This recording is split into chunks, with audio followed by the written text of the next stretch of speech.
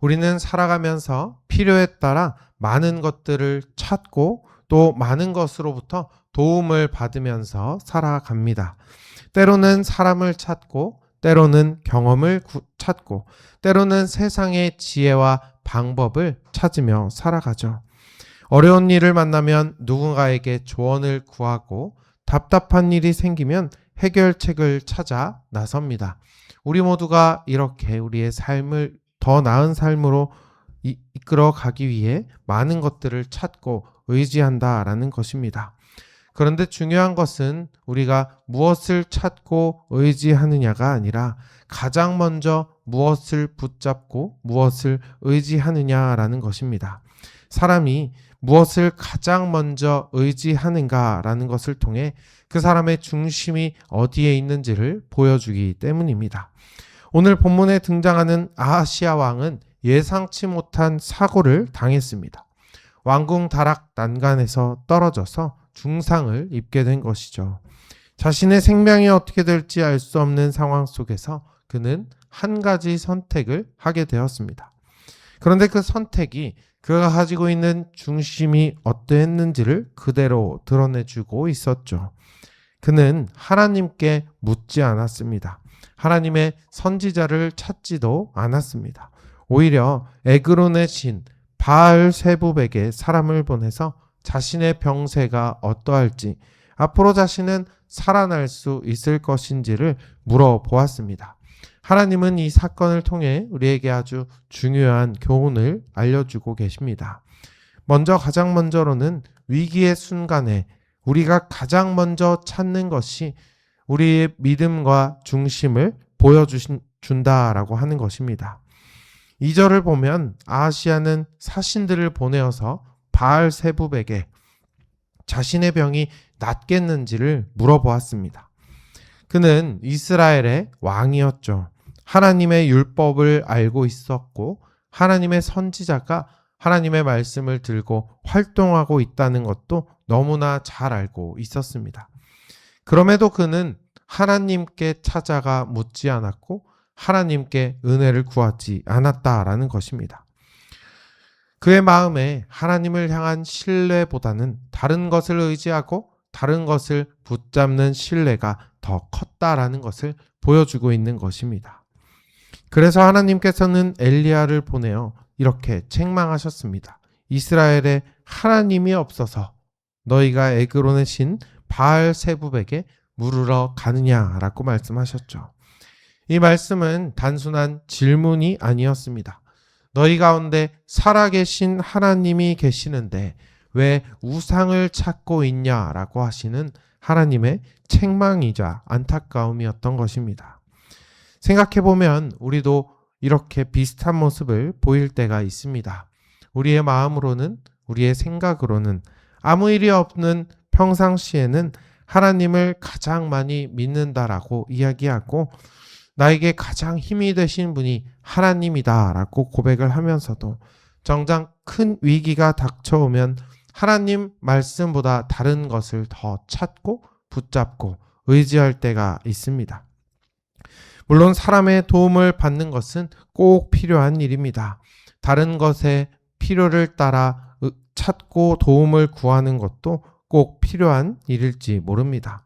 그러나 우리는 꼭 기억해야 합니다. 그 모든 것보다 먼저 하나님을 찾고 하나님께 은혜를 구하고 하나님의 도우심을 온전히 신뢰하며 의지하는 것이 바로 우리가 가져야 할 믿음의 자세라는 것입니다.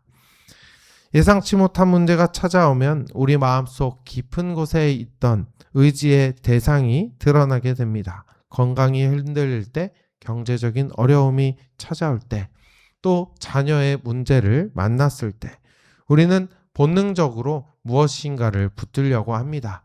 지금 나의 상황을 당장 해결해 줄 수 있는 것처럼 보이는 무언가를 향해 우리의 마음이 향하게 되고 우리의 시선이 고정될 때도 있죠. 아시아는 그러나 평소에도 하나님보다 우상을 의지하며 살았습니다. 그래서 위기의 순간에도 자연스럽게 우상을 찾았던 것입니다. 하나님께서는 그래서 우리에게 평소부터 아주 일상적인 삶에서부터 하나님을 찾고 의지하는 삶을 살아가야 한다라고 말씀해 주고 계십니다. 어려운 일이 생겼을 때 갑자기 하나님만 먼저 찾는 것은 결코 쉽지 않을 것입니다. 그러나 평소에 기쁠 때에나 슬플 때에나 평안할 때에나 불안할 때에나 나의 중심이 하나님을 향하고 있고 언제 어디서나 하나님을 먼저 의지하며 살아간다면 우리의 삶에 어려움과 위기가 찾아왔을 때에도 우리는 하나님을 가장 먼저 붙잡고 하나님 주시는 크신 은혜와 도우심을 경험할 수 있을 줄 믿으시길 바랍니다. 모든 상황 속에서 하나님을 바라볼 때 모든 상황 속에서 일하시는 하나님의 손길을 경험할 수 있을 것입니다. 두 번째로 하나님께서 우리에게 알려주시는 것은 하나님의 자리를 대신하는 우상을 결코 가볍게 여기지 않으신다라고 하는 것입니다. 엘리야를 통해 하나님께서 전해주신 말씀은 매우 엄중했습니다. 네가 올라간 침상에서 내려오지 못하고 반드시 죽으리라 라고 이야기하셨죠. 아하시아의 죄는 단순히 다른 신에게 한번 물어본 것으로 보여지지 않았습니다. 하나님을 하나님으로 인정하지 않은 것이 아하시아 왕의 가장 큰 죄였습니다. 그런데 아하시아는 더 큰 문제를 저지르고 말죠. 하나님의 말씀을 듣고도 회개하거나 주님의 은혜를 구하지 않았습니다. 오히려 50부장을 보내 50명의 부하들로 엘리야를 체포해오라는 명령을 내려버렸습니다. 첫 번째 50부장이 군사들을 이끌고 내려가서 이렇게 이야기해요. 하나님의 사람이여 왕의 말씀이 내려오라 하셨나이다. 이 말씀을 통해 우리는 이 아하시아 왕이 보낸 50부장의 마음이 그 자세가 어떠했는지를 알 수 있습니다. 내가 따르고 있는 나의 왕의 권세가 엘리야가 따르는 하나님의 힘보다 크다라고 믿고 있었다라는 것이죠.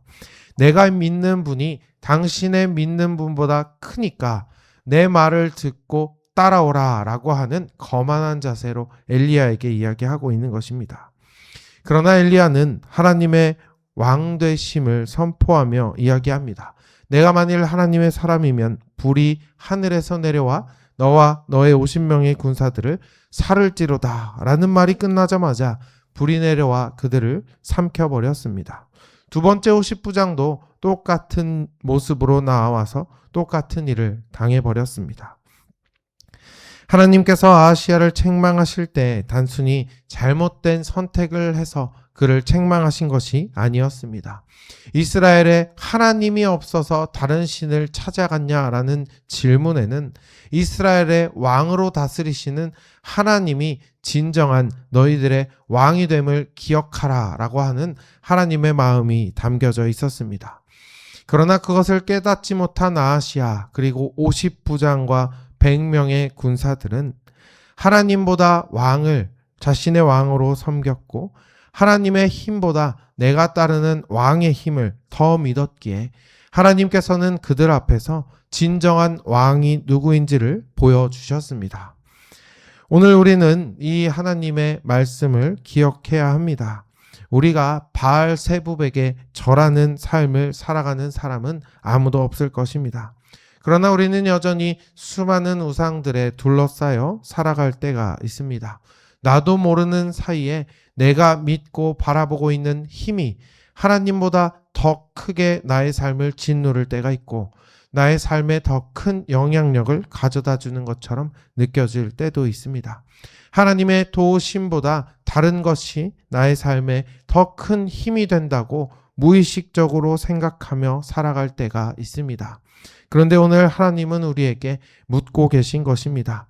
과연 내가 정말 의지하는 것은 무엇일지, 내 마음 가장 높은 자리에 계신 분은 하나님이 맞는 것일지, 내가 진심으로 바라보고 나의 유일한 왕이요 영원한 왕이 되시는 분이 하나님임을 고백하는 삶을 살아가고 있는지 하나님은 우리에게 스스로를 돌아보게 하시며 오직 하나님만을 바라보며 살아가라고 말씀하고 계십니다. 부디 이 말씀을 들음으로 하나님을 영원한 왕으로 높이고 또 섬기며 하나님의 손길 아래 살아가는 저와 여러분의 삶이 되길 축복합니다. 하나님께서는 겸손히 자신을 낮추는 사람에게 은혜를 베풀어 주셨습니다. 세 번째 50부장이 나와서 자신을 낮추고 생명을 보존하기를 구할 때 하나님은 그의 생명을 지켜주셨고 하나님께서는 그 모든 부하들의 생명 또한 지켜주셨습니다. 그리고 함께 내려가서 왕에게 나아가라고 말씀해 주셨죠.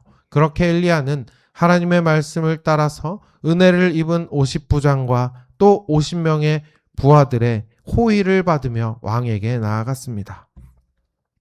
그렇게 하나님의 뜻을 전하고 하나님의 뜻 가운데 이 왕의 삶이 이끌어가는 것을 오늘 우리에게 보여주셨습니다. 하나님께서는 오늘 이 본문을 통하여서 우리에게 분명히 말씀해 주고 계십니다.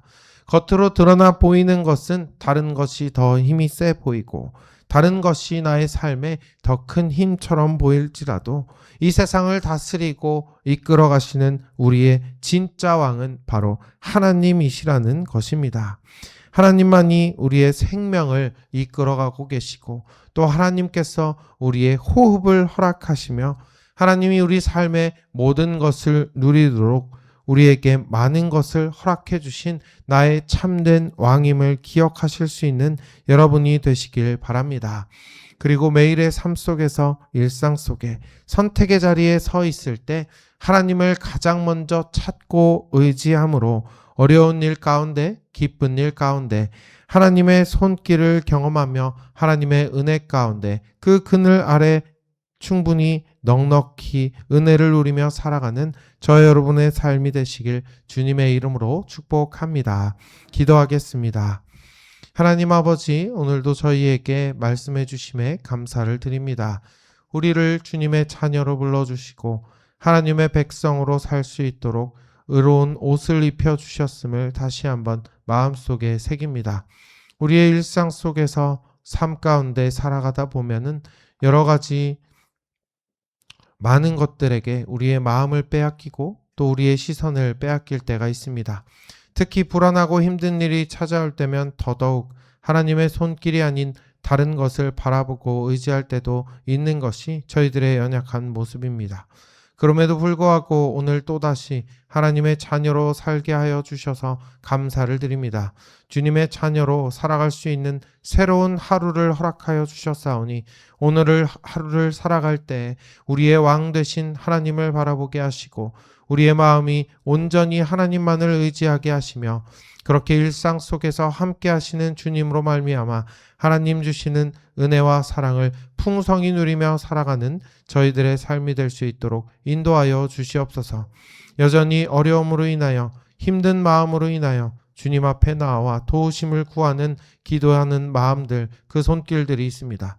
주님께서 모든 기도를 들으시고 응답하셔서 하나님만이 진짜 왕이 되심을 세상에 전할 수 있는 삶이 되게 하시고 하나님께서 나의 삶을 돌보시고 이끄시는 지도자가 되심을 충분히 누리고 경험하는 저희들의 삶이 될 수 있도록 오늘 응답하여 주시옵소서. 예수 그리스도의 이름으로 기도드립니다. 아멘.